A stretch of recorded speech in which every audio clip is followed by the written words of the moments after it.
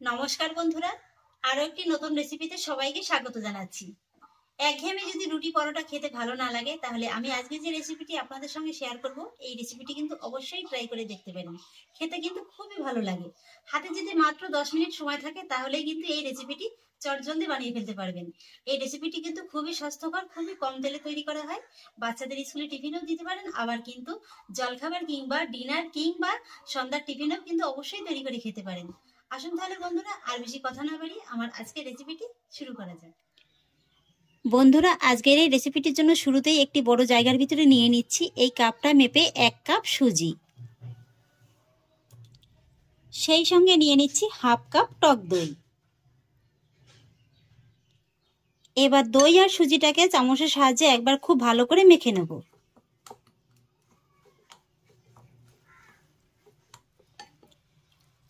দইটা মিশিয়ে দেওয়ার পরে এবার আমি হাফ কাপের মতো জলটা নিয়ে এই সুজির সঙ্গে আবারও একবার ভালো করে মিশিয়ে নেব। আপনাদের হাতের কাছে যদি দইটা না থাকে, সেক্ষেত্রে কিন্তু আপনারা পুরোপুরি জলটা দিয়েও সুজিটাকে মাখিয়ে নিতে পারেন, তবে দইটা দিলে কিন্তু খেতে খুবই ভালো লাগবে।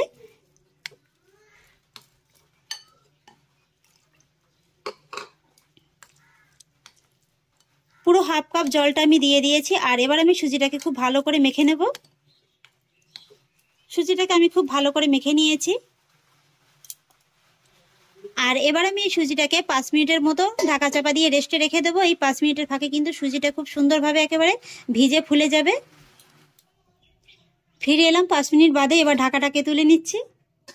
এই 5 মিনিটের ভিতরে দেখুন সুজিটা কিন্তু খুব সুন্দরভাবে একেবারে ভিজে ফুলে গিয়েছে। আর এবার আমি এর ভিতরে অ্যাড করব কিছুটা তড়কা ফোড়ন। এখানে দেখুন আমি 1 চা চামচ কালো সরিষা আর 1 চা চামচ গোটা জিরে সাধারণ একটু তেলের ভিতরে দিয়ে ফুটিয়ে নিয়েছি। এইভাবে যদি একটু এই তড়কা ফোড়নটা দেওয়া হয়, তাহলে কিন্তু এই রেসিপিটা খেতে খুবই ভালো লাগে।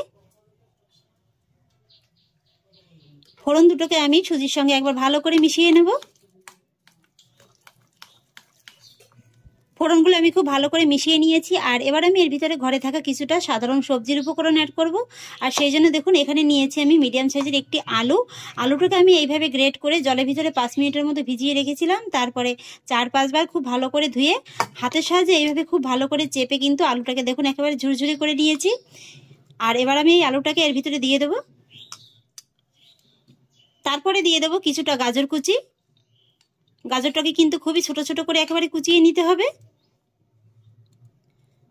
আর দিয়ে দেবো কিছুটা ক্যাপসিকাম কুচি। সেই সঙ্গে দিয়ে দেবো মিডিয়াম সাইজের একটি পেঁয়াজ কুচি। আর দিয়ে দেবো ছোট সাইজের একটি পাকা টমেটো কুচি। সেই সঙ্গে দিয়ে দেবো 3টি কাঁচা লঙ্কা কুচি। তবে এখানে কাঁচা লঙ্কাটা আপনারা ঝাল বুঝে ব্যবহার করবেন। আর দিয়ে দেবো কিছুটা ধনেপাতা কুচি।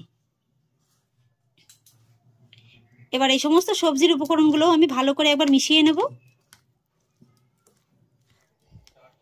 সবজিগুলোকেও আমি খুব ভালো করে মিশিয়ে নিয়েছি। আর এবার আমি ঘরে থাকা কয়েকটি বেসিক মশলার উপকরণ এর ভিতরে অ্যাড করব। সেই জন্য প্রথমেই দিয়ে দিচ্ছি স্বাদ অনুযায়ী লবণ, হাফ চা চামচ চাট মশলা। এখানে আপনারা চাট মশলার পরিবর্তে কিন্তু ম্যাজিক মশলাটাও ব্যবহার করতে পারেন। সেই সঙ্গে দিয়ে দেবো হাফ চা চামচ কাশ্মীরি লঙ্কার গুঁড়ো। এখানে কিন্তু আপনারা কাশ্মীরি লঙ্কার গুঁড়োর পরিবর্তে লাল লঙ্কার গুঁড়োটাও ব্যবহার করতে পারেন, তবে যদি ঝালটা বেশি পছন্দ করেন।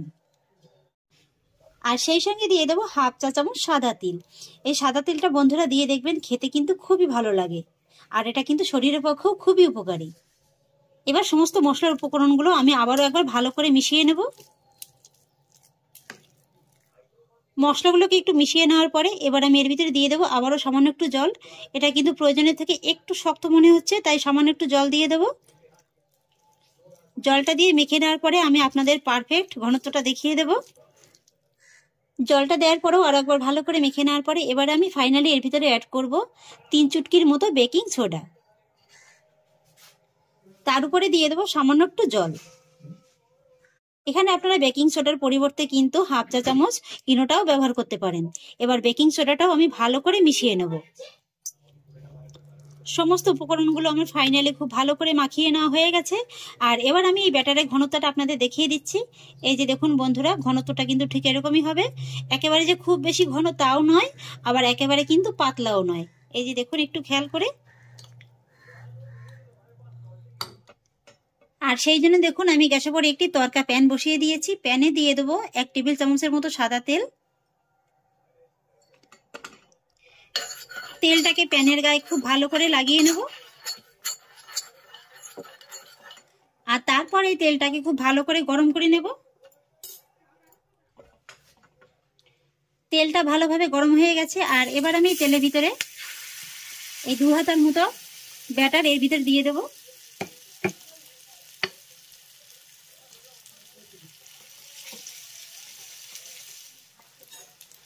তারপর গ্যাসের ফ্লেমটাকে একেবারে লোয়ে রেখে এইভাবে ঢাকা চাপা দিয়ে আমি 1 থেকে 1.5 মিনিটের মতো এটাকে রান্না করে নেব।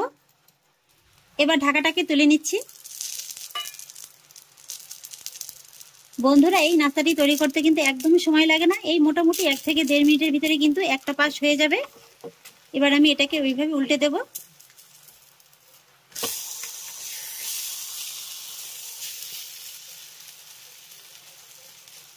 দেখতে দেখুন বন্ধুরা কত সুন্দর লাগছে। অপর পাশটাও আমি এই 40 থেকে 50 সেকেন্ডের মতো এইভাবে একটু ঢাকা চাপা দিয়ে রান্না করে নেব। আবারও ঢাকাটাকে তুলে নিচ্ছি।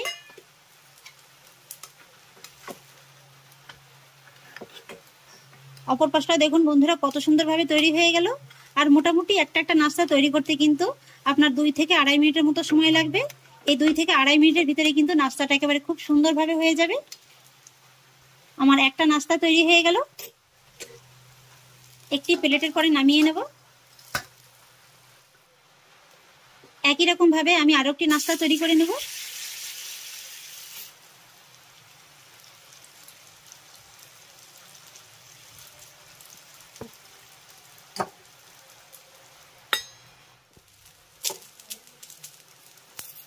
এই নাস্তাটিকেও আমি একই রকম ভাবে উল্টে দেব।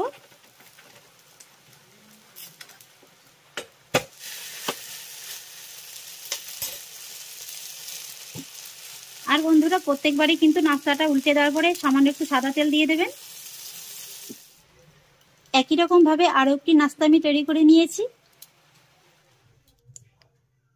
এই যে বন্ধুরা এক এক করে সবগুলো নাস্তা আমি তৈরি করে নিয়েছি। আর নাস্তাগুলো দেখতে দেখুন বন্ধুরা কতটা লোভনীয় লাগছে। এই নাস্তাগুলো এমনই, উপরটা হালকা ক্রিস্পি আর ভিতরটা কিন্তু খুব সুন্দর একেবারে নরম। এই যে দেখুন ভিতরটা দেখুন কত সুন্দর একেবারে। এই নাস্তাটি আপনারা তৈরি করে খেয়ে দেখবেন। দেখতেই পেলেন কত কম তেলে তৈরি করা হলো আর কতটা স্বাস্থ্যকরভাবে। এর ভিতরে নানান রকমের যেহেতু সবজিটা দেওয়া আছে, সেই সঙ্গে টক দইটাও দেওয়া আছে, তাই কিন্তু এটা একেবারে পুষ্টিগুণে ভরপুর। আর খেতেও কিন্তু খুবই ভালো লাগে। বাচ্চাদের স্বাস্থ্যের পক্ষেও কিন্তু এটা খুবই উপকারী। আর এটা আপনারা কিন্তু টমেটো সসের সঙ্গেও খেতে পারেন, আবার আলাদা করে চাটনি তৈরি করে সেটা দিয়েও খেতে পারেন। খেতে কিন্তু সবকিছুর সঙ্গে খুবই ভালো লাগবে। তাহলে আশা করছি বন্ধুরা আমার আজকের এই নতুন রেসিপিটি আপনাদেরও খুব ভালো লেগেছে। যদি ভালো লেগে থাকে তাহলে আমাকে অবশ্যই একটা লাইক এবং কমেন্ট করবেন, সেই সঙ্গে বন্ধুদের সঙ্গে শেয়ার করবেন। আর প্লিজ বন্ধুরা যদি আমার পরিবারের নতুন সদস্য হয়ে থাকেন তাহলে একটা সাবস্ক্রাইব করে পাশে থাকা বেল আইকনটি প্রেস করে দেবেন। ফিরে আসছি এরকমই পরের অন্য কোনো নতুন রেসিপি নিয়ে। সবাই ভালো থাকুন, সুস্থ থাকুন, ধন্যবাদ।